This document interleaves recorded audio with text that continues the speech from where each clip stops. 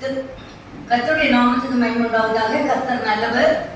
ஒவ்வொரு நாளும் ஆண்டவருடைய கரத்திலே இருக்கிறது.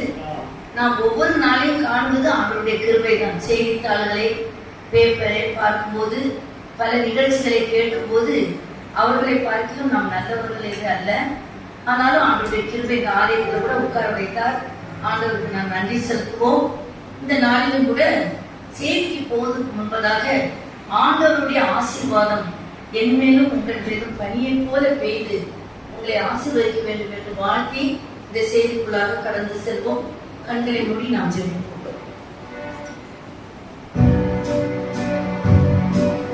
பனி போல பெய்யும் பரிசுத்தரே, மழையாக பொழியும் ஆசே.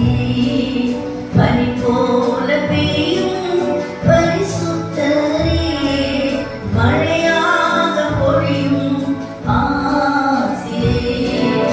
வாருமே தாருமே, மழையாக பொழியும் ஆசே. வாருமே தாருமே, மழையாக பொழியும் ஆசே. பனி போல பெய்யும் பரிசுத்தரே, மழையாக பொழியும் ஆசே. நல்ல ஆண்டவரே, இந்த காலை வேளையிலும் நீர் பேசும் நாங்கள் கேட்கிறோம். இயேசுவின் நாமத்தில் கெஞ்சி கேட்கிறோம் அன்புள்ள தகப்பனே, ஆமென். ஹல்லேலூயா. கர்த்தர் நல்லவர். இந்த நாளிலும் கூட தேவ செய்தியை கொடுத்து நான் தேவனுடைய பாதத்திலே ஜெபித்த போது ஆண்டவர் இந்த காரியங்களை எனக்கு கற்றுக் கொடுத்தார். கற்றுக் கொடுத்த இந்த காரியத்தை உங்களுக்கு பிரயோஜனமாக இருக்கும்படியாக நான் உங்களுக்கு இந்த நாளிலே இந்த செய்தியை நான் கொடுக்கிறேன். இந்த நாளிலே நாம் வாசிக்க கேட்ட பகுதி பிரசங்கி 3ஆம் அதிகாரம். அது 1 முதல் 11 வரை இந்த வேத பாடத்தை வாசித்தோம். அதனுடைய செய்தியின் கீ வேர்ஸ் என்னவென்று சொன்னால் 11வது வசனத்தை யாராவது ஒருத்தர் வாசிக்கலாம். அவர் சகலத்தையும் அதனது காலத்திலே நேர்த்தியாய் செய்திருக்கிறார், உலகத்தையும் உள்ளத்திலே வைத்திருக்கிறார். ஆதலால் தேவன் ஆதி முதல் அந்த மட்டும் செய்து வரும் கிரியை மனுஷன் கண்டுபிடியான்.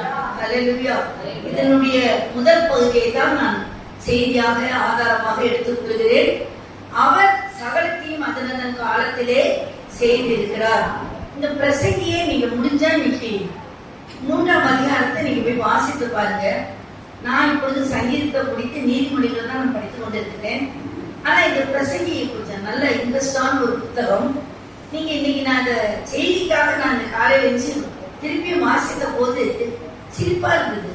கிழிக்க ஒரு காலம் உண்டு, தைக்க ஒரு காலம் உண்டு, அளவு ஒரு காலம் உண்டு, நகைக்க ஒரு காலம் உண்டு. ரொம்ப சிரிப்பா இருந்தது. ஒரு கிழிக்கிறதுக்கு கூட ஒரு காலம் இருக்குதான். ஒண்ணு கிழியணும், ஒண்ணு தைக்கணும்னா அதுக்கும் ஒரு காலம் இருந்துதான். நான் ஏதாவது எங்க வீட்டுல வேலை செய்யும்போது சொல்றேன், இன்னும் நேரம் வரல நீங்க இதை சரிப்படுத்துறதுன்னு சொல்லி ரொம்ப ஒரு ஆண்டவருடைய அந்த வசனங்களை பிரசங்கி ரொம்ப அழகாக எழுதியிருக்கிறார். ஆனால் சகலத்தையும் அதனதன் காலத்துல நேர்த்தியா செய்திருக்கிறார். இதுதான் இந்த செய்தியின் தலைப்பு. அருமையானவர்களே, நம்முடைய தேவன் நேர்த்தியா செய்கிற தேவன். நாம் இந்த நாளிலே ஒருவேளை பெரிய கூட்டம் இல்ல, கொஞ்சம் பேரா தான் வந்திருக்கிறோம். எல்லாருக்கும் இன்க்ளூடிங் என்னையும் சேர்த்துதான் பல தேவைகள், நமக்கு சில எதிர்பார்ப்புகள் இருக்கிறது, நம்முடைய குறைகள் இருக்கிறது, நம்முடைய தேவைகள் இருக்கிறது. நம்முடைய வாழ்க்கையில ஏன் எனக்கு இது நடக்கல, எனக்கு மட்டும் ஏன் இப்படின்னு கேள்வியோடு வந்திருக்கிறோம், கஷ்டங்களோடு வந்திருக்கிறோம், தேவைகளோடு வந்திருக்கிறோம், கவலையோடு வந்திருக்கிறோம், பிரச்சனைகளோடு வந்திருக்கிறோம். இது நடக்குமா ஏன் அப்படின்னு நம்ம நினைக்கிறோம். ஆண்டவர் உங்களுக்கு இந்த நாளிலே ஒரு வார்த்தையை தருகிறார். கட்டாயம் செய்வார். அதனதன் காலத்துல நேர்த்தியா செய்கிற தேவன் ஆண்டவர். அவர் நம் மத்தியிலே இருக்கிறார், என்னோடு இருக்கிறார், உங்களோடு இருக்கிறார். இந்த நேர்த்தியா செய்கிற தேவன் யாருக்கு செய்வார், எப்பொழுது செய்வார் என்பதுதான் இந்த நாளிலே செய்தி. ஆனால் நம்ம என்ன நினைக்கிறோம், ஏன் எனக்கு மட்டும் செய்யல, ஏன் எனக்கு இப்படி நடக்கலன்னு சொல்கிறோம். ஆண்டவரை குறை கூறுகிறோம், ஆண்டவரை சந்தேகப்படுகிறோம், ஆண்டவர் மீது சில களங்கங்களை நாம் நியமிக்கப்படுகிறோம். ஆனால் கர்த்தர் எப்பவுமே நல்ல, அவர் சொல்லாவும் கட்டளையிட நிற்கும். அதனால காலத்துல நேர்த்தியா செய்வார். நீங்க ஆதியாகமத்துல இருந்து வெளிப்படுத்துறவரை படித்து இந்த வேதத்தை வந்து அப்படியே ரசித்து படுக்கணும். எப்படி பேஸ்புக்கு இன்ஸ்டாகிராம்லாம் எனக்கு இல்லை, அதெல்லாம் தெரியலாம். கேட்டேன் என் பொண்ணுகிட்ட, இன்ஸ்டாகிராம் கொஞ்சம் போட்டு தரேன், உங்களுக்கு தேவையே இல்லை மம்மின்னா. எனக்கு அது எனக்கு அவ சொன்னான்னு தெரியாது. நான் அப்படி ஒன்றும் வேண்டாததை பார்க்க மாட்டேன். இருந்தாலும் உங்களுக்கு அது வேண்டாம் மம்மி, நீங்க போட தேவையில்லைன்னாங்க. அதனால அதை நான் தப்புன்னு சொல்ல. அதே மாதிரி அதை எப்படி நம்ம ரசித்து பார்க்கிறோம். 12 ஆனாலும் 1 ஆனாலும் இந்த ட்ரெயின்ல போகும்போது ஒருத்தர் சொன்னாங்க, விடிய விடிய ஒரு குடும்பம் தூங்கவே இல்லையா, செல்லே பார்த்துட்டு இருந்தாங்க. என்ன ஆகும் அந்த உடம்பு. ஆனா ஆண்டவரை பாருங்க, இந்த வேதத்தை நம்ம வந்து ரசித்து ருசித்து சந்தோஷமா படிக்கணும். நான் ரொம்ப நேரம் படிப்பேன், எனக்கு பிடிக்கும். அது ஏன்னு எனக்கு தெரியாது. ஏன்னா அதுல நான் ஒன்றி போய் படிப்பேன். அதுல இருக்கிறது கஷ்டமா இருந்தாலும் சரி. ஆகவே அப்போ ஆண்டவர் அதுல ஒரு காரியம் நேர்த்தியாய் செய்கிற தேவன் இருக்கிறார். அப்ப நீங்க கஷ்டங்களோடு கவலைகளோடு பிரச்சனைகளோடு வந்திருந்தா கூட உங்களுக்கு கரெக்டா செய்வாரு. அல்லேலூயா. அதனால காலத்துல காட்ஸ் டைம்னு ஒண்ணு இருக்கு, அதுல கட்டாயம் செய்வார். அது வந்து ஆண்டவர் எப்பவுமே தப்பு கிடையாது. ஆதியாகமத்துல இருந்து அதுதான் சொல்ல வந்தேன். அவருடைய படைப்பு நேர்த்தியா இருந்தது. வானத்தை பூமியை உண்டாக்குனார், சூரியன் சந்திரனை உண்டாக்குனார், காடலை உண்டாக்குனார், ஆறு உண்டாக்குனார். இப்படி ஒண்ணுனா பாருங்க நேர்த்தியா. அதனால அங்கங்க கடல் கூட பாருங்களேன், அவர் உண்டாக்குன கடலை அது ஒரு குறிப்பிட்ட இடத்துக்கு வச்சிருக்காரு. நான் கடல்ல போய் நிற்கும் போது ஆண்டவரை பற்றி யோசிப்பேன். இந்த கடலை மட்டும் உலகம் முழுசு அங்கே இங்கேயும் இருந்தா ஓடி ஓடி வரும். அதுக்கு ஒரு கரையை நிமிச்சு இதுலதான் நீங்க நிக்கணும். நேர்த்தியா செஞ்சிருக்கிறாரு. ஒரு மாம்பழ சீசன் பாருங்க, நேர்த்தியா செய்யறாரு.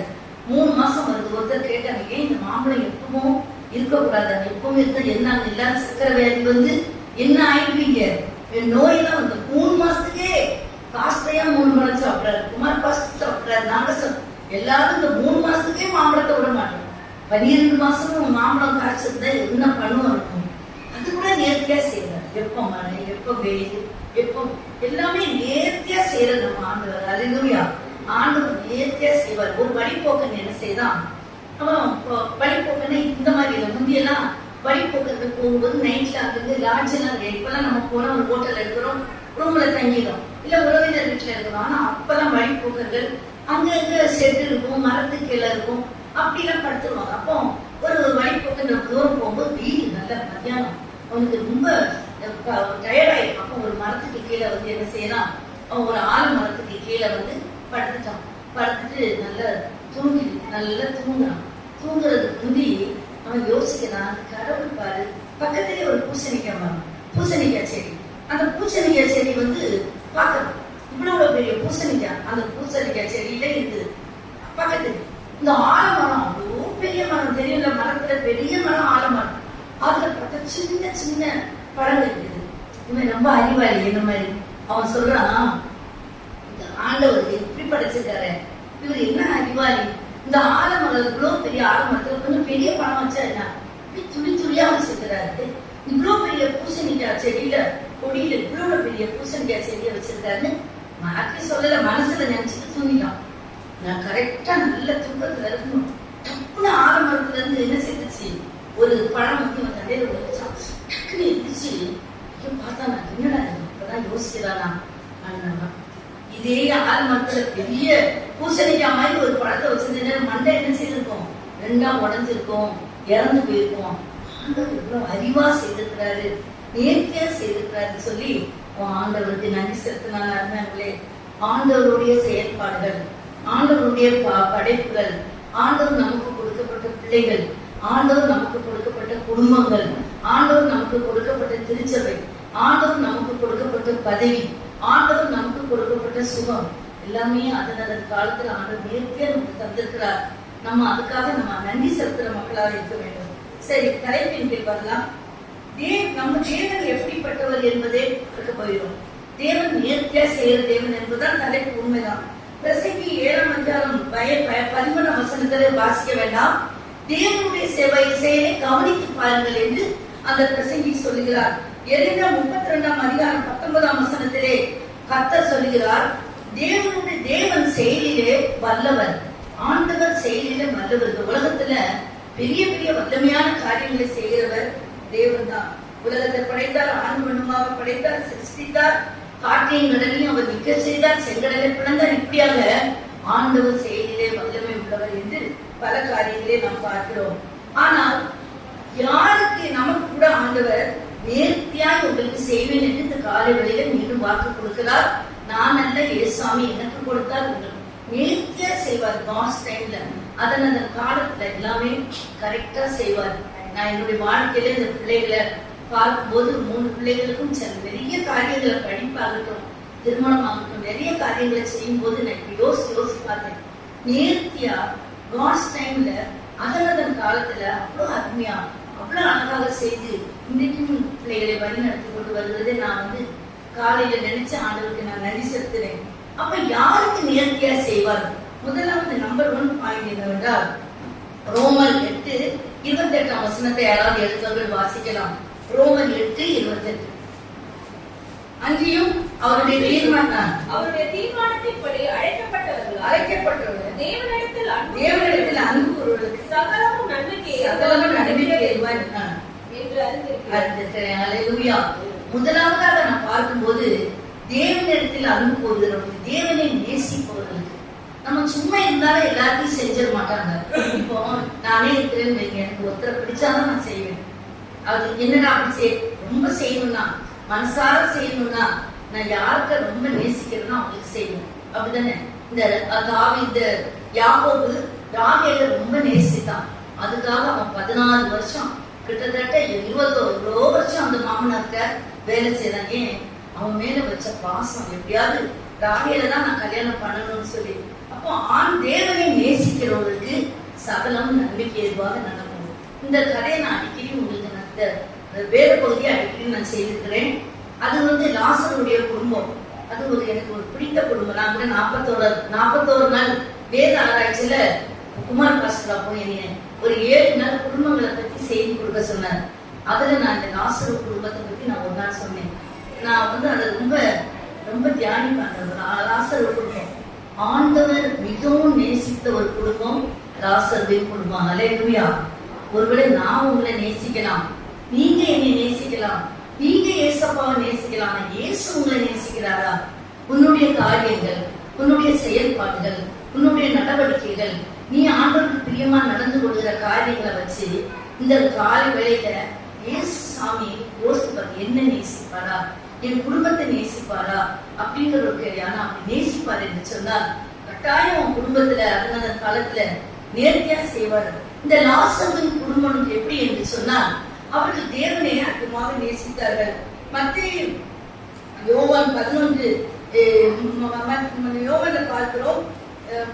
மத்தேயு 26:7, மார்க் 14 குறித்து வைத்துக் கொள்ளுங்கள். 3 யோவான் 12:3 இதுல காரியங்கள்ல பார்க்கும்போது இந்த மரியாள் அவள் லாசருடைய ஒரு சிஸ்டர் தான். அவதான் முதல் கூட்டத்துல அவளுக்கு ஒரு அசுத்தாவி பிடித்திருந்தது, பல பிரச்சனைகள். ஆனா அவ அதை கேள்விப்பட்டு அவர்கிட்ட வந்து சுகம் பெற்று அவ என்ன செய்த காணிக்கையாக அந்த அவ்வளோ பெரிய சென்று பாட்டு எவ்வளோ விரைவு அந்த நாட்கள்ல பரிமள தைலம்னா தங்களுடைய அடக்கத்திற்காக எல்லா குடும்பத்திலையும் அது கொஞ்சம் வச்சிருப்பாங்களாம். அது வெளியேறப்பட்டதை வாங்கி வைத்திருப்பாங்களாம். அது அவருக்கு ஒரு சொத்து மாதிரி, நமக்கு எப்படி ஒரு அசட் இருக்குதோ அது மாதிரி. ஆனா அவர் தனக்குன்னு வச்சிருந்த அந்த பரிமள தைலத்தை எடுத்துக்கிட்டு அந்த பாட்டலை உடைச்சி ஆண்டவருடைய பாதத்துல ஊத்துனது மாத்திரமல்ல, என் கையினாலேயோ துணியினாலேயோ நான் துடைக்க மாட்டேன்னு சொல்லி தன்னுடைய தலைமுடியினாலே துடைத்தார். அந்த மரியாதையுடைய குடும்பம் தான் இந்த லாசருடைய குடும்பம். அப்பவே அவ ஆண்டவரை பற்றி தெரிந்து கொண்டிருந்தார். ஆனா இங்க பார்க்கும்போது நீங்க வீட்டுல போய் படிக்கும் போது லூக்கா 10ஆம் அதிகாரத்தை எடுத்துக்கொள்வோம். அதை நீங்க வீட்டுல போய் பார்த்தா சொல்லுங்க. பெத்தானியா எங்க கிராமம், லூக்கா 10ல இது போடப்பட்டிருக்கிறது. பெத்தானியா கிராமத்துல அவர் போகும்போது மரியாள் அங்க பாக்குறார். மரியாள் பார்க்கும்போது எப்பவுமே நிறைய பேர் தான் ஆண்டவர் வருவார். ஒருத்தர் 2 பேர் இல்லை, நம்ம 2 பேர் வந்தாலே நமக்கு சாப்பாடு கொடுக்க நான் கூட தான் கொஞ்சம் யோசிப்பேன். 10 பேர் வராங்களா, எப்படி நம்ம அதை செய்யறது?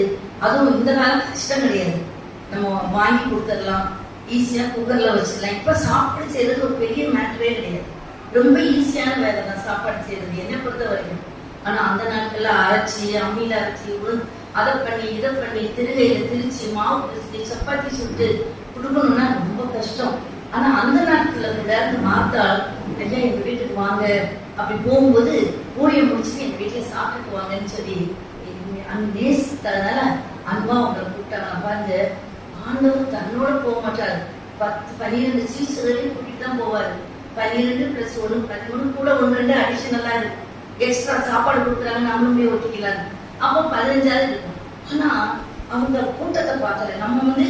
நம்ம யோசிக்கிறோம், வருஷத்துல ஒரு தடவை ஒரு மீட்டிங் வைக்கணும்னா, ஒரு ஜெப கூட்டம் வைக்கணும்னா குறையா இல்லை. நான் கூட யோசிப்பேன், நான் கூட இருக்கோம், நீங்க வச்சீங்கன்னா என்ன வாங்கி தான் கொடுத்துருவோம். நம்ம யோசிக்கிறோம், வீடு அழுக்காயிடும், உங்க கஷ்டம், நம்ம மனைவிக்கு கஷ்டம், எனக்கு கஷ்டம், பணம் செலவாகும், ஒரு வீடு இதுவாகிடும் அப்படின்லாம் நினைக்கிறோம்.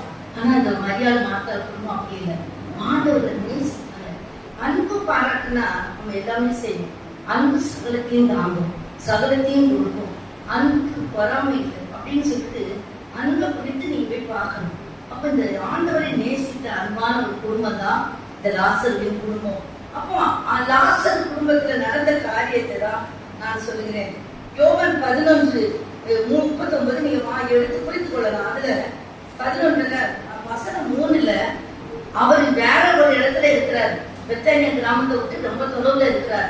ஆனா ஒருத்தட்ட சொல்லி அனுப்புறாங்க, மரியாளும் மார்த்தாலும், நீ ரொம்ப நேசித்த லாசருங்கிறவர் இறந்து சுகமா இருக்கு, ஜுரமா வியாதியா இருக்கிறாரு அப்படின்னு சொல்லி அனுப்புனாங்க. இவங்களுக்கு என்னன்னா அவர் உடனே வந்துருவாரு, நமக்கு சுகம் கொடுத்துருவாருன்னு நினைக்கிறாங்க. ஆனா அவர் அதன் பிறகு வசனம் 3-6 வரை படிக்கும் போது அதே யோவான் 11 வசனம் 6-7 வாசிக்கலாம். அவன் வியாதியா இருக்கிறதற்காக அவர் கேள்விப்பட்ட போது நாம் இருந்த இடத்திலே இன்னும் 2 நாள் தங்கினார். ஹல்லேலூயா. அதுக்கு ஹல்லேலூயா ஏன் சொல்றோம்னு நினைக்கிறேன். கடவுளுடைய பெரிய திட்டம் நிறைவேறும், அது நமக்கு தெரியாது. அவர் ஒரு பர்பஸ் வச்சிருக்கிறாரு. அவர் அதுக்காக 2 நாள் இன்னும் தங்கிட்டாரு. ஒருத்தருக்கு உடம்பு சரியில்லை, உடனே என்ன சொல்லியிருக்கோம், அவங்களுக்கு நீ போ, லாசர் இப்ப சுகமாவா, அப்படி எத்தனையோ பேருக்கு சொல்லியிருக்கா, ஜபாரே தரேன்னு அப்படி இப்படி அது மாதிரி சுகமாக சொல்லியிருக்கலாம். இல்ல நான் உடனே இந்த பிரயாணத்தை விட்டுட்டு வரேன். அப்போது அவருக்கு பெரிய மீட்டிங் ஒண்ணு இல்லை. ஆனா அவரு போகல, வேணும்னு பர்பஸா 2 நாள் தங்கினாரு. தங்கிட்டு அதன் பிறகுதான் அங்க போகிறாரு. போகும்போது இறந்து 4 நாள் ஆயிடுச்சு. 4 நாள் ஆயிடுச்சு. அப்போ வசனம் 17 பார்க்கிறோம். அதே யோவான் 11ஆம் அதிகாரத்துல வசனம் 17 அவர் மரித்து, லாசர் மரித்து 4 நாள் ஆயிடுச்சு அப்படிங்கிறார். அப்ப 4 நாள் ஆயிடுச்சு. சிஸ்டர் சொல்றாங்க, மரியா, ஆண்டவரே நீ மரியாதை ஒடிப்பு அழுகுற, உங்க பிரதர் இறந்துட்டாரு, கல்லையில வச்சு 4 நாள் ஆயிடுச்சு. அப்போ அவர் சொல்றா, விசுவாசா தேவனுடைய மகிமையே காண்பேன்னு சொல்லும் போதும் அந்த சகோதரி சொல்லுது, நாங்க விசுவாசிக்கிறோம், அவர் மோசத்துல இருப்பாரு, பரலோகத்துல இருப்பாரு அப்படின்னு. ஆனா ஆண்டவர் அதெல்லாம் ஒண்ணும் சொல்லல. கல்லறைக்கு போறாரு, எல்லாரும் வாங்குறாரு. 4 நாள் அவர் வெயிட் பண்ணாரு. அதன் காலத்துல நேர்த்தியா செய்த தேவன். ஹல்லேலூயா. 4 நாள் கழிச்சு போறாரு. ஒரு சரீரம், சயின்ஸ் தெரிஞ்சவங்களுக்கு தெரியும், எனக்கு ரொம்ப தெரியல. அது சயின்ஸ் படி அந்த சரீரம் 1 நாள் 2 நாள் கூட பாடி கொஞ்சம் இருக்குமா. ஆனா 4 நாள் கம்ப்ளீட்டா அது எல்லாம் டிஸ்போஸ் ஆயிடும். ஒண்ணுமே இருக்காது, எலும்பு கொடுக்குதான் இருக்கும், மண்டை ஓடி எலும்பு தான் இருக்கும், மற்றபடி குழுக்கெல்லாம் தின்றுக்கும். அது பாடி சரீரம் எப்படியோ போயிடும். 4 நாளைக்கு அப்புறம் அந்த சரீரத்தை முழுமையா பார்க்க முடியாது, ஒரு இறந்து போன சரீரத்தை கூட. ஆனா அந்த டைம்ல தான் ஆண்டவர் போறாரு.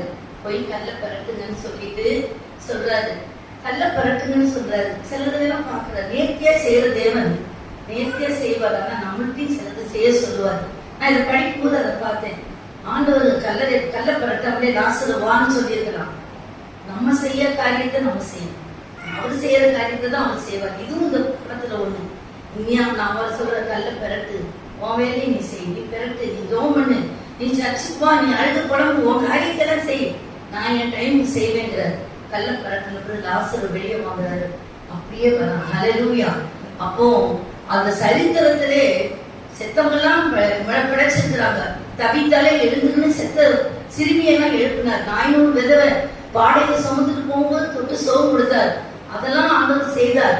அதெல்லாம் 1 நாள் 1/2 நாள் அப்படிலாம் தான், 1 மணி நேரம். ஆனா 4 நாள் கழிச்சு சம்பவம் இனிமேலும் நடக்காது, இதுக்கு முன்பு நடந்தது. ஆண்டவர் தன்னை அதன் காலத்துல கரெக்டா செய்யணுங்கிற ஒரு நோக்கத்தோடு கூட அந்த காரியத்தை செய்தார். ஹல்லேலூயா. அப்போ அந்த லாசர் குடும்பம் சந்தோஷப்பட்டாங்க, மகிமைப்பட்டாங்க. இன்னைக்கு கூட உன் வாழ்க்கையில அவ்வளவுதான், 4 நாள் ஆன மாதிரி போச்சு, எனக்கு இன்னும் நம்பிக்கையே இல்லைன்னு டாக்டர் சொல்லிட்டாங்க, நம்பிக்கையே இல்லைன்னு எனக்கு ஃபைனான்ஸ் சொல்லிடுச்சு, நம்பிக்கையே இல்லைன்னு எல்லாரும் சொல்லிட்டாங்க அப்படின்னு நினைக்கிறியா? ஆண்டவர் அதன் காலத்துல நேர்த்தியா செய்வார். காட்ஸ் டைம்னு ஒண்ணு இருக்கு அருமையானவர்களே, அந்த டைம்ல கட்டாயம் அவர் செய்வார். அருமையானவர்களே, நீங்க கூட ஆண்டவரை நம்பும் போது ஆண்டவர் கட்டாயம் செய்வார். ஆகவே ஆண்டவர் யாரை தன்னை நேசிக்கிற குடும்பங்களுக்கு இதை செய்யறார். எல்லாருக்கும் ஓடி ஓடி போய் செய்ய மாட்டார். ஆண்டவர் நேசிக்கிற குடும்பமாக நம்ம இருக்கிறோமா, நம்ம இருக்கிறோமா, அதை செக் பண்ணுவோம். ஆண்டவரே உண்மைதான் நேசிப்பேன், ஆண்டவரே உண்மையே நான் நேசிப்பேன்னு சொல்லி நம்ம ஆண்டவருக்கு ஒப்பு கொடுப்போம். நீங்க நேசித்து ஆண்டவரை தேடுகிற பிள்ளைகளாக, ஆண்டவருக்கு சொல்லி அனுப்புகிற பிள்ளைகளாக, ஆண்டவருக்கு உபசரிக்கிற பிள்ளைகளாக, ஆண்டவர் மட்டுமே நம்ம நேசிக்கிற பிள்ளைகளாக இருக்கும்போது ஆண்டவர் உங்களுக்கு நன்மை செய்வார். அதனால காலத்துல நேர்த்தியா செய்வார் பார்க்கிறோம். இரண்டாவதாக ஒரு காரியத்தை நாம் பார்க்கிறோம். தேவனை நம்புகிறவர்களுக்கு அதன் காலத்துல நேர்த்தியாய் செய்வார். அருமையானவர்களே, தேவனை நம்புகிற ஒரு காரியம் 2 நாளாகமம் 20ஆம் அதிகாரம் 20ஆம் வசனம். 2 நாளாகமம் 20ஆம் அதிகாரம் 20ஆம் வசனத்தை அவர்கள் அதிகாலமே எழுந்திருந்து தெக்கோவாவின் வனாந்தரத்துக்கு போக புறப்பட்டார்கள். புறப்படுகையில் யோசபாத் நின்று, யூதாவே எருசலேமின் குடிகளே கேளுங்கள், உங்கள் தேவனாகிய கர்த்தரை நம்புங்கள், அப்பொழுது நிலைப்படுவீர்கள். உங்கள் கர்த்தராகிய கர்த்தரை நம்புங்கள், அப்பொழுது நிலைப்படுவீர்கள். அல்லேலூயா. தீர்க்கதரிசிகளை நம்புங்கள், அப்பொழுது சித்தி பெறுவீர்கள் என்றார். அப்போ இரண்டாவது, தேவனை நம்புகிறவர்களுக்கு ஆண்டவர் அதன் காலத்துல நேர்த்தியாக செய்யறார். இங்கே யோசபாத் என்கிற ஒரு ராஜா, பாஸ்டர் குமார் அவர்கள் அதை பற்றி நிறைய எடுத்திருக்காரு. அவனுடைய வாழ்க்கையை பற்றி நான் கூட நிறைய சொல்லி இருக்கிறேன். யோசபாத் ஒரு அருமையான ஒரு பிரசங்கத்திற்கு ஏற்ற ஒரு ராஜா, அவனை நினைக்கிறதுக்கு ஏற்ற ஒரு ராஜா, ஒரு அருமையான ஒரு ராஜா, ஆண்டவரை பின்பற்றின ஒரு நல்ல ராஜா. அவனுடைய வாழ்க்கையில 3 நீங்க வீட்டுல போய் பார்த்தீங்கன்னு சொன்னா அந்த 20ஆம் அதிகாரத்துல 3 ராஜாக்கள் எடுத்து வராங்க. 3 ராஜாக்கள் வந்தாங்க. அமோரியர், சிரியர், இப்படி 3 ராஜாக்கள் எடுத்து வந்துட்டாங்க. ஆனா ஒரு கட்டத்துல பாத்தீங்கன்னு சொன்னா அந்த 20ஆம் அதிகாரத்துல ஒரு பகுதியில ஆண்டவரே இவர்களை எதிர்க்க எங்களுக்கு பலன் இல்லை, ஒரு ராஜா அப்படி சொல்றாரு. அப்படி நம்ம சொல்றோமா? ஆண்டவரே இதை செய்யறதுக்கு எங்களுக்கு பலன் இல்லை. நான் நிறைய இடத்துல சொல்லியிருக்கிறேன், எங்களுடைய ஊழியத்துல எங்களுடைய தேவைகள்ல அவ்வளவுதான் இருக்கு, நான் முடியாது ஆண்டவரே, எங்களுக்கு ஒண்ணும் இல்லை, இதை எப்படி நாங்க செய்யறது அப்படின்னு நாங்கள் யோசபாத் மாதிரி ஜெபித்திருக்கிறோம்.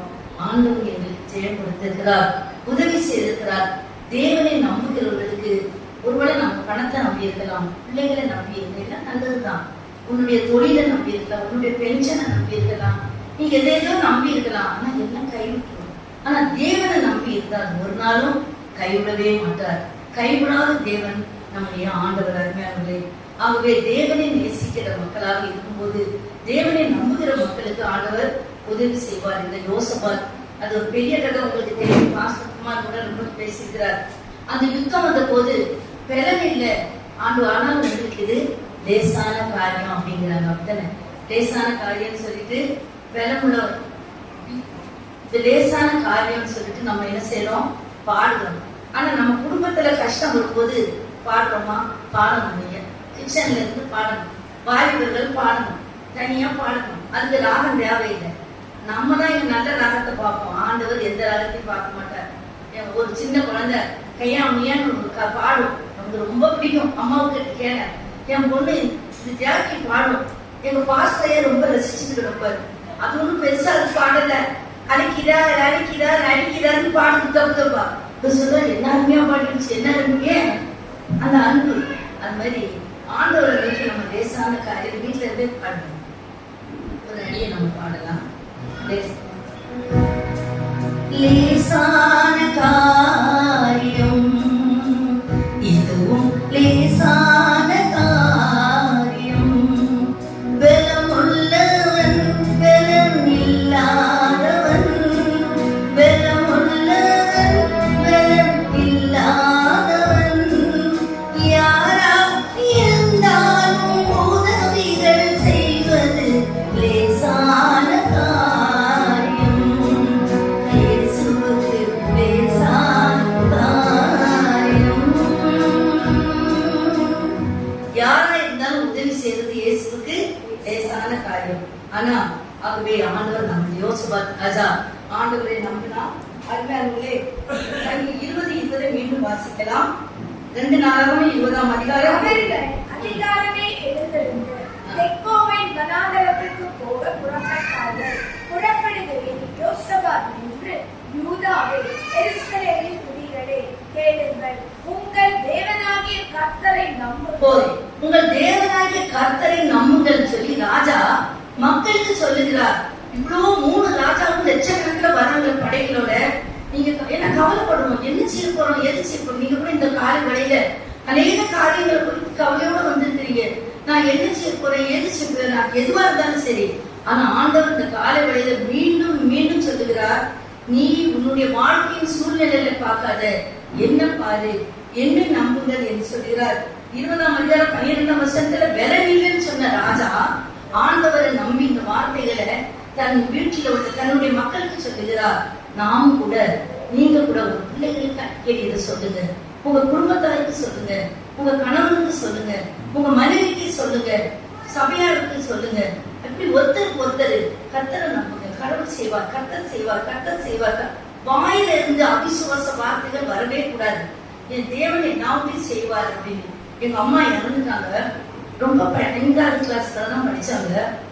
அவங்க விசுவாச வரம் அதிகமா அவங்களுக்கு இருக்கும். நான் இதுவா சொல்லல, அவங்க ரொம்ப ஒரு படிப்பாளி இல்லை. ஆனா அவங்க வாயில இருந்து ஒரு நாளும் ஒரு அவிசுவாசம் வார்த்தை நான் பார்த்ததே இல்லை.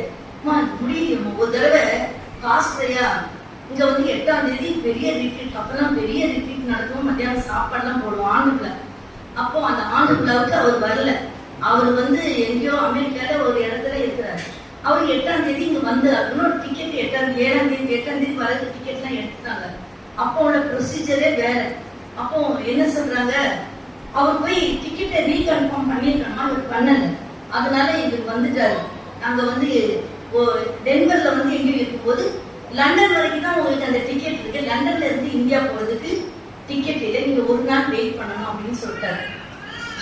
ஒரு நாள் வெயிட் பண்ணோம். அப்போ போன் வசதி எல்லாம் கிடையாது. ஒரே ஒரு கார்டுல எனக்கு போன் பண்ணி சொல்றாரு, டிக்கெட் இல்லை, நான் வர முடியாது, நீங்க மோகன் பாஸ்டர் வச்சு நடத்தி முடிச்சிருங்க அப்படின்னு நடுராத்திரி சொல்றாரு. அவ்வளவுதான், போன வச்சுட்டாங்க. அந்த கார்டுல அவ்வளவுதான், எங்களுக்கு லேண்ட்லைன்ல. அப்போ எங்க அம்மாட்ட நான் சொல்றேன், தூங்கல, இன்னும் வர முடியாதுன்னு சொல்லிட்டாங்களேம்மா. இவ்வளவு பெரிய மீட்டிங்ல சர்ச்செல்லாம் வருவாங்க, 1000 பேர் கிளை சபையெல்லாம் வருவாங்க. இப்படிப்பட்ட ஒரு மீட்டிங்க்கு இவர் வராம மோகன் பாஸ்டர் கூப்பிட்டு செய்யுங்கிறாரு. என்னமா செய்யறது அப்படின்னா, எங்க அம்மா இல்ல, ஜோம் பண்ணல, இப்படி பேசி குழம்பிட்டு இருக்கிற, ஆண்டவர் செய்வார், அப்ப படு அப்படின்னாங்க.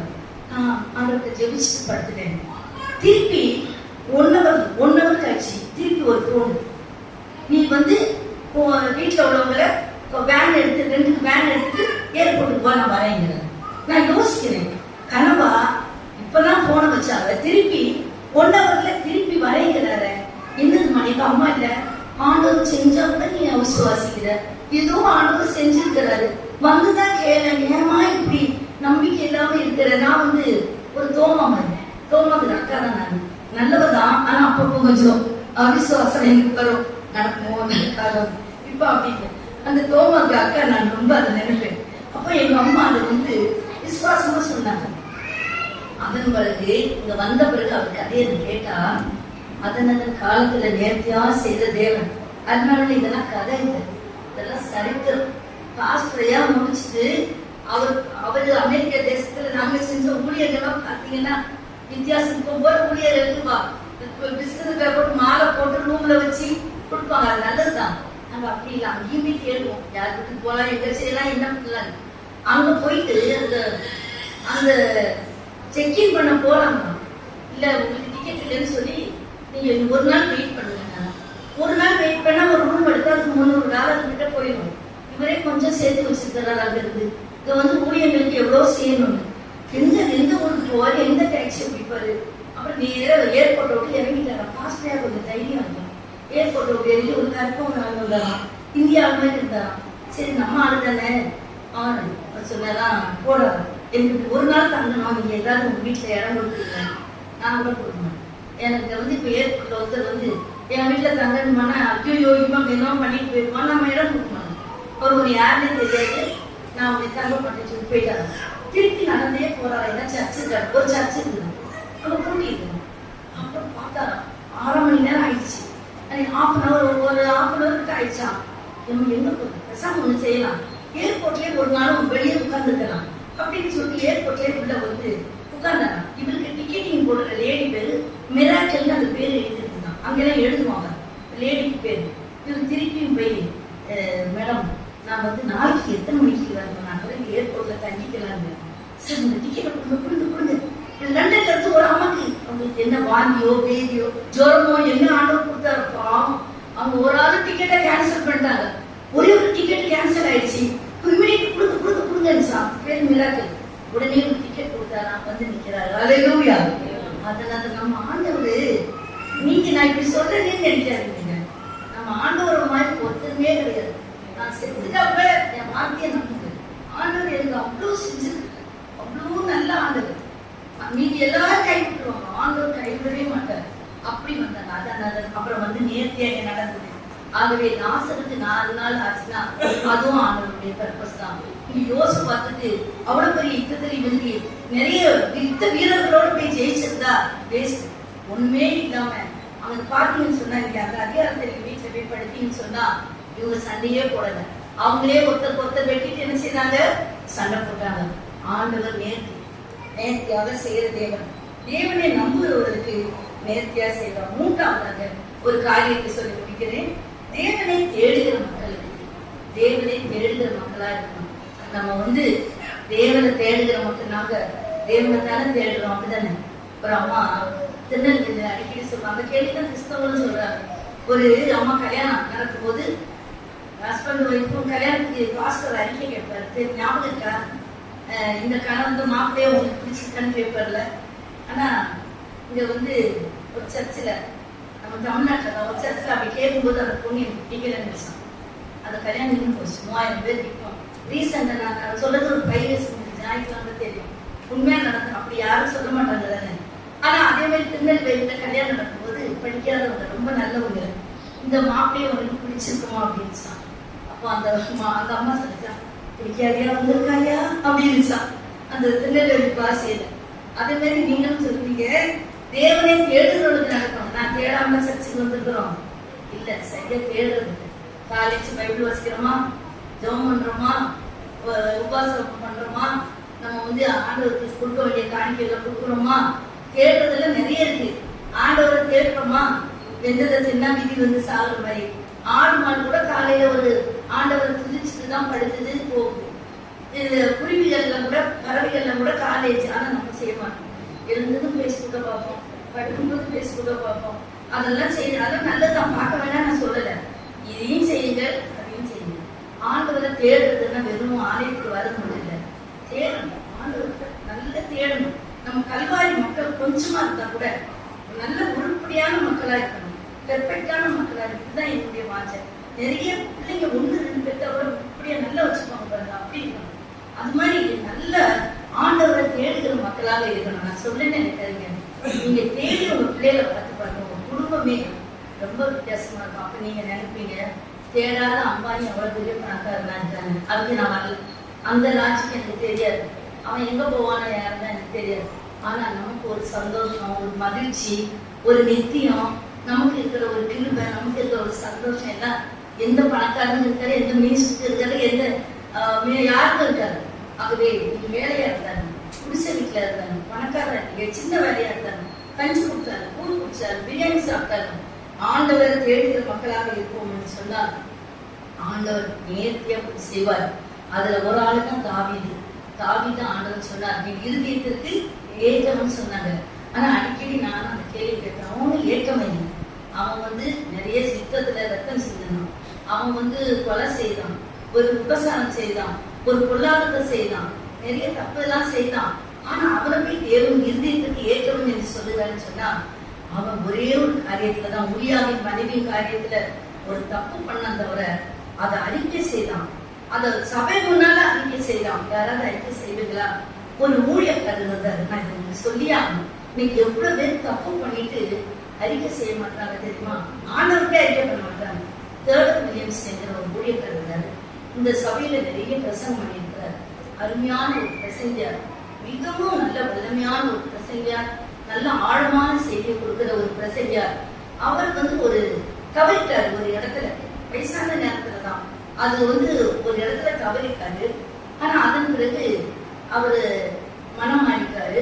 ஆனா அதன் பிறகு ஊழியமே செய்யல. அப்போ அவரை ஊழியம் செய்ய கூப்பிட்டாங்களாம். அது ஒரு நாள் பெரிய மீட்டிங் வைத்து நான் போயிருந்தேன். நான் இன்னைக்கு கடைசியா ஒரு பிரசங்கம் செய்ய போறேன். ரோச்சனம் ஈஸியில தான் எஸ்ரா சர்பனாயா நடத்துறார். நானும் பாஸ்டர் எல்லாம் போனோம். எவ்வளவு நூற்றுக்கணக்கான மக்கள், ஆயிரக்கணக்கான மக்கள் வந்திருந்தாங்க. அப்போ அவர் சொன்னாரு, நான் ஊழியம் செய்ய சொல்றாங்க. ஆண்டவர் என்னைய ஒரு கண்ணாடி பெரிய மாளிகையை கட்ட சொன்னாரு. ஆனா நான் கட்டும் போதே கையால உடைச்சிட்டேன். இனிமேல் அதை நான் கட்ட முடியாது, கட்டவும் கூடாது நான் அப்படின்னு சொல்லிட்டு தன்னுடைய தவற சொன்னார். நான் ஒரு பெரிய தவறு செய்தேன். அதை சபையார் முன்னாடி எல்லாருக்கும் நான் அறிக்கை செய்தேன். நான் இந்த தப்பை பண்ணிட்டேன், அதனால இனிமேல் நான் ஊழியத்துக்கு லாய்க்கு இல்லை. யாராவது ஊழியக்காரர்கள் சொல்றாங்க, செய்ய விடுவாங்களா? நான் நல்லவன் தானே சொல்லுவோம். நான் கூட தான் கெட்டதை சொல்லுவோமா? அவர் சொல்லிட்டு அந்த ஊழியத்தையே விட்டாரு. ஆண்டவரத்துல அறிக்கை செய்தார். என் மனைவிக்கு விரோதமா செய்தேன், சபைக்கு செய்தேன், மக்களுக்கு விரோதமா செய்தேன், இனிமேல் நான் ஊழியம் செய்ய மாட்டேன். அதேதான் தாவீது சொன்னான். அரச சபையில இருந்தித்து கேட்டோம்னு சொன்னா, இந்த நீங்க என்ன நேரையே பாஸ்டமா நீங்க ரொம்ப இப்படி பேசுறீங்கன்னு சொல்லுங்களேன். பார்த்தாலே போகணும். ஒருவேளை நல்லா பேசினோட பாரு, இந்த சிஸ்டர் என்ன போய் இப்படி சொல்லிட்டாங்களே அப்படின்னு. ஆனா அந்த தாவீது அப்படி சொல்லல. இவ்வளவு பெரிய ராஜ்ய சபையில அவன் இருக்கும்போது தப்பு செய்தவன் யாரு? இப்படி தப்பெல்லாம் சொல்றாங்க, உங்களுக்கு தெரியும், பெரிய கஷ்டமாயிடும். நீ தான் அவன் சொல்ற, நான் தான் சொல்லும்போது நம்மளா இருக்கா? இவ்வளவு தெரியும் சபையில அவ்வளவு பேருக்கு முன்னால ஒரு ராஜாவை குற்றப்படுத்திட்டீங்க. ஒரு சிஎம் குற்றப்படுத்தினா விடுவாரா? சட்டசபை அவ்வளவுதான் செத்தேன். ஒரு பிஎம் குற்றப்படுத்தினா விடுவோமா? அதனால ஆனா நான் தான் அந்த தப்பை செய்தேன்னு சொல்லி அறிக்கையிட்டு உபவாசம் இருக்குது. ஆண்டவருக்கு அந்த 51 சங்கீதத்தை எழுதி, நான் பாவம் செய்தேன், திருப்பணத்துல எங்க அம்மா என்னை உருவாக்கின அப்படின்லாம் சொல்லி எழுதின ராஜா. அவர்தான் ஆண்டவர் தேவன் இறுதியத்துக்கு ஏற்றம் சொல்லி சாட்சி சொன்னாரு. அவருக்கு இருந்த ஒரு குணம் என்னன்னு சொன்னா, எந்த சூழ்நிலையிலும் ஆண்டவரை தேடுவோம். அல்லேலூயா. அததான் 3வது பார்க்கிறோம். தேவனை தேடுறவங்களா இருக்கணும். ஆரம்பத்துல அவன் சின்னதா ஆடு மேய்க்க போன நாள்ல இருந்து கோலியாத்தை வெளில வரும்போது கூட அவனை கேட்கிறாங்க, இந்த கோலியாத்தை வெல்றதுக்கு அப்பியாஸ் இந்த ட்ரெஸ் எல்லாம் போட்டுன்னு சொல்லும் போது அவன் சொல்லுகிறான், இதெல்லாம் எனக்கு பழக்கம் இல்லை ராஜா, நான் போறேன், பைத்தியக்கார மாதிரி ஒரு கவனியும் ஒரு கல்லு, அது என்ன முந்தி போறேன், அதை தூக்கிட்டு போறான். 5 கல் அதுல இருக்கு, அதை தூக்கிட்டு போறான். போயிட்டு அங்க போய் சொல்றான். அவன் சொல்றான், ஏய் நான் பட்டயத்தோட நிக்கிறேன், அதை படிச்சு பாருங்க. நான் அப்பப்ப சிலதை எடுத்து படிச்சுக்கோ. அப்பப்ப அதை கற்பனை ரொம்ப பண்ணுவேன். நான் கோலியத்துல நிக்கிற மாதிரி நான் தான் காவி இப்படியெல்லாம் நான் ஒரு கற்பனை செய்வேன். அப்ப கற்பனை செய்து நிற்கும் போது அவன் சொல்றான், நீ பட்டயத்தோட நான் வந்திருக்கேன், நீ எனக்கு நாயாடா, நான் கல்லோட வரைய அப்படிங்கிறான். கல்லை எரியும் போது எங்கேயாவது பட்டு இருந்துச்சுன்னு ஒரே ஐடியா வெட்டிடுவோம், கொண்டுடும். ஆனா இந்த தாவீது எரிந்த அந்த முதல் கல்லு இந்த பொட்டுல விழுந்துச்சு, உயிர் நாடு. இதுல போய் கரெக்டா விழுந்துச்சு. அப்பவே அவன் விழுந்துட்டாங்க. அவன் சொன்ன வார்த்தை, நீ பட்டயத்தோடு வந்திருக்கிற, நான் கடவுளை இயேசுவை நான் என் தேவனை நம்பி நான் வந்திருக்கிறேன். நீ பட்டயத்தோடு வந்திருக்கா, நம்புகிற ஆராதிக்கிற என் தேவனை நம்பி வந்தேன்னு சொல்றான். அல்லேலூயா. நான் உங்க வீட்டுல நீங்க இன்னையில இருந்து ஒரு பெயரா எது வந்தாலும் போய் நிற்கும். சாப்பிட்டா கோலியாத்து மாதிரி நீங்க நிற்போம். உங்களுக்கு பாஸ்டமா பிரசங்கம் பண்ணிட்டு நான் கோலியாத்து நிக்கிறேன்பா, நான் தேவனை நம்புற மகா, தேவனை நம்புற பிள்ளை, உங்களை நான் விட மாட்டேன் அப்படின்னு நிற்கும் போது ஆண்டவர் பெரிய அற்புதங்களை செய்வார். இந்த தேவனை தேடுறது இவங்க செய்த ஒரு சின்ன நன்மையை நிறைய இருக்கு, நிறைய பிரச்சனை. இதை மட்டும் நான் சொல்லி முடிக்கிறேன். அதாவது 1 சாமுவேல் 27ஆம் அதிகாரம், அதுல யாராவது வாசிக்கலாம், வாசிக்க வேண்டாம். மாகோன் வனாந்திரம், இவனை சவுல் ராஜா துரத்திக்கிட்டே இருக்கிறார். இவனை எப்படியாவது கொண்டு போட்டுக்கணும்னு அவன் கடைசியா மாகோன் என்ற ஒரு வனாந்திரத்துக்கு போயிட்டான். போகும்போது ஒரு 300 பேர், கொஞ்சம் பேர் தான் இருக்கிறாங்க. சவுல் பெரிய படையோட வரான். ஒருத்தர் சொல்லி கொடுத்த ஒரு ஆள் எப்பவுமே இருப்பாங்க. நமக்கு அகேன்ஸ்டா ஒரு சாத்தானுடைய பிள்ளை இருக்கும். தாவீது இங்க இருக்கான் அங்க இருக்கான்னு சொல்றதுக்கு ஒரு சாத்தானுடைய பிள்ளை இருக்கு. உடனே தாவீது இந்த மலையில போறான், இந்த சவுல் இந்த மலையில வரான். கற்பனை பண்ணி பாருங்க, உயிர் அவன் கையில இருக்கு, மயில் இலையில உயிர் தப்புன்னு சொன்ன மாதிரி அவ்வளவுதான். அவன் வந்தா இவன் கரைய சீக்கிரம் செத்துரும் போனான். அப்போ அவன் நினைக்கிறான் மாபெரும் மனத்திரம் அவ்வளவுதான் சொல்லும்போது அங்க இருந்து ஒரு ஆள் ஓடியவதான், சவுல் ராஜாவே பெலிஸ்தர் உன் மேல யுத்தம் பண்ண வந்துட்டாங்க, நீ இந்த சாதித்த பொண்ணால போகாத விட்டுரு அப்படிங்கிறான். உடனே உன்னை அப்புறம் பார்த்துக்கிறேன் போ நிறுத்தின்னு சொல்லிட்டு என்ன செய்தான், அவன் நாட்டு மக்களை காப்பாற்ற அவன் போயிட்டான். அப்படி இவன் காப்பாற்றப்பட்டான். 23:27 யாராவது வாசிக்க? 1 சாமுவேல் 23:27. அந்த சமயத்தில் ஒரு ஆள் சவுலிடத்தில் வந்து, நீ சீக்கிரமாய் வாரும், பெலிஸ்தர் தேசத்தின் மேல் படையெடுத்து வந்திருக்கிறார்கள் என்றான். அல்லேலூயா. அப்படி ஒரு நியூஸ் கொடுத்தாங்க. அருமையானவர்களே, உன்னுடைய வாழ்க்கையில தாவீது எல்லா விதத்திலும் தேவனை நம்பினபடியினால் தேடினபடியினால் ஆலயத்தை தேடுவான். அவன் எழுதின சங்கீதத்தெல்லாம் பாருங்களேன். நமக்கு ஆலயத்துக்கு ஏண்டா ஆலயம் வைக்கிறோம் தானே இருக்கும். நான் இந்த சாயங்காலம் அதை ஒரு தடவை நான் சாயங்காலம் ஆராதனையில சொல்லிட்டேன். ஆண்டவர் உணர்த்தினார். தாவீது அதிசரிக்கு 3 வேளையும் ஜெபிப்பானா. நான் காலையிலையும் நைட்டும் கட்டாயம் ஜெபிப்பேன். இடையில கொஞ்சம் சரியா ஜெபிக்க மாட்டேன் வேற மனசுல. ஆனா அவன் அவ்வளவு தேவனை தேடிட்டு இருந்தான். ஆலயத்துக்கு அவ்வளவு பெரிய ராஜா. அவன் ஆலயத்துக்கு நான் என்ன சொல்றது, ஆலயத்துக்கு நான் வர்றது, ஆலயத்துக்கு தான் நான் நேசிக்கிறேன். ஆலயத்தை நேசிக்கிறோமா, ஏதோ கடமைக்கு நான் பாஸ்டரமா வந்துதான் ஆகணும், பாஸ்டர் நடத்துறது வந்துதான் ஆகணும், நீங்க ஒரு சிலருக்கு வந்துதான் கேட்போம் அப்படி இருக்கக்கூடாது. ஆலயம் அவருக்கு வாங்கிச்சு ஒரு ஆசை, அதான் சொல்றது. அப்படி அது தாவீது இருந்தான். ஆண்டவரை தேடுகிறவனா இருந்தான், வசனங்களை தேடுகிறவனா இருந்தான், தேவனை தேடுகிறான். உன் ஆலய சந்நிதியில் நான் வரத விரும்புகிறேன், நான் பெரிய ராஜாவா இருந்தான்னு சொல்லி ஒரு பாட்டை பாடுகிறான். அவரை அப்படி தேடுறதுனால ஆண்டவர் அவனை பாதுகாத்தார். அதனாலே நாம் கூட இந்த காலை வேளையில ஆண்டவர் அண்ணன் காலத்துல நேர்த்தியா செய்கிற தேவன். பல கவலைகளோடு, பிரச்சனைகளோடு, எதிர்பார்ப்புகளோடு, தேவைகளோடு வந்திருக்கீங்களா? நீங்க இங்கிருந்து போகும்போது உங்க தேவன் உங்களுக்கு எல்லாத்தையும் நேர்த்தியா செய்வார். எனக்கு இந்த வயசு வரைக்கும் ஆண்டவர் செஞ்சிருக்கிறார். நான் 23 வயதுல ஆண்டவரை ஏற்றுக்கொண்டேன். இப்ப எனக்கு 23 வயது, 50 ஆண்டுகள். ஆனா இதை கொண்டாடலாம். 50 ஆண்டுகள் என்னை நேர்த்தியாய் நடத்துகிறார். அல்லேலூயா. ஆனா ஏன் உங்களுக்கு கால்வலி எல்லாம் கேட்காது. 73ல கால்வலி வந்தா 23 வயசுல வந்தா கேட்கலாம். நான் 58 வயசுல 80 படிக்கட்டு ஏறி ஓடுவேன் ஆபீஸ்லாம் ரிட்டையர் டைம்ல. இப்ப எனக்கு கால்வலி நீங்க கேட்கக்கூடாது. இப்ப நான் இப்படி நடக்கிறதே பெரிய காரணம். ஆனா அந்த 50 ஆண்டுகளும் நேர்த்தியா நடந்தார். அதனால காலத்துல எப்ப இதுக்கா நாங்க ரொம்ப நாள் வெளிநாட்டு போகல, திடீர்னு ஒரு விசா என்னடா பண்ணணும், நேர்த்தியா செஞ்சார். அந்த 3 மாதங்களும் அற்புதமா அதிசயமா இதுல பயன்படுத்தினார். அங்க சொன்னாங்க, அது எங்களுடைய காரியங்களை நல்லவே சொன்னாங்க. அதனால காலத்துல நேர்த்தியா செய்யற தேவன். ஆகவே விளைவினங்கள், கஷ்டங்கள், கவலைகள் வந்தா கூட நீங்க இந்த நாள்ல கொஞ்சம் பேர் வந்திருக்கீங்க. நீங்க போகும்போது ஆண்டவரே நீ நேர்த்தியாய் செய்யற தேவன், உன் பிரச்சனையெல்லாம் முன்ன வச்சுக்கோ, எனக்கு ஏசப்பா இருக்கிறாரு, எனக்கு எப்ப செய்யணுமோ அதை செய்வேன், கட்டாயம் செய்யணும்னு சொல்லி விசுவாசத்தோடு ஆண்டவரை நேசிக்கிற மக்களாக இருங்க, ஆண்டவரை நம்புகிற மக்களாக இருங்க, தேவனை தேடுகிற மக்களாக இருங்க. கர்த்தரை நம்பும்போது உண்மையை நம்பி வந்தேன் என்று ஒரு கவியை அவங்க பாடலை நான் பாடும்போது நீங்க ஆண்டவரை நான் உண்மையை நம்பி வந்தேன்னு சொல்லி ஆண்டவருக்கு ஒப்பு கொடுத்து ஆண்டவரை ஸ்தோத்திரம். கண்களை மூடி ஜெபிப்போம்.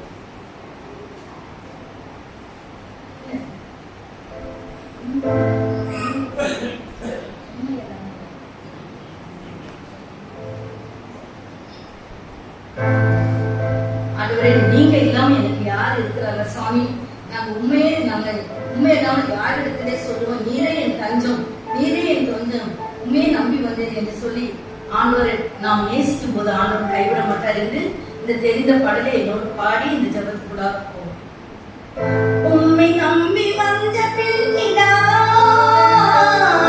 உன்னை என்று கைவிட மாட்டேன், உண்மை நம்பி வந்த பிள்ளைடா என்னை என்று கைவிட மாட்டேன், உன்னை என்றும் கைவிட மாட்டேன், இன்று எனக்கு வாக்கு தந்தீரே, உன்னை என்றும் கைவிட மாட்டேன்,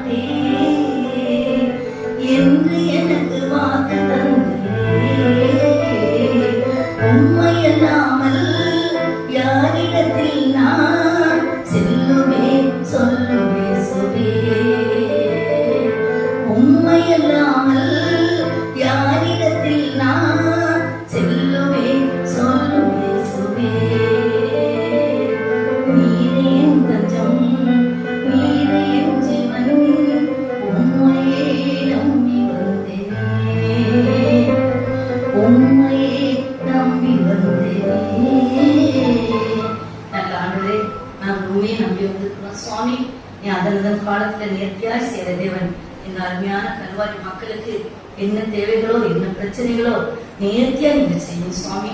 ஆனால் நாங்கள் உண்மை நேசிக்கிறவர்களாக, உண்மை நம்புகிற மக்களாக, உண்மை தேடுகிற மக்களாக இருக்க உதவினார். இயேசு நாமத்தில் வேண்டுகிறோம். ஆமென்.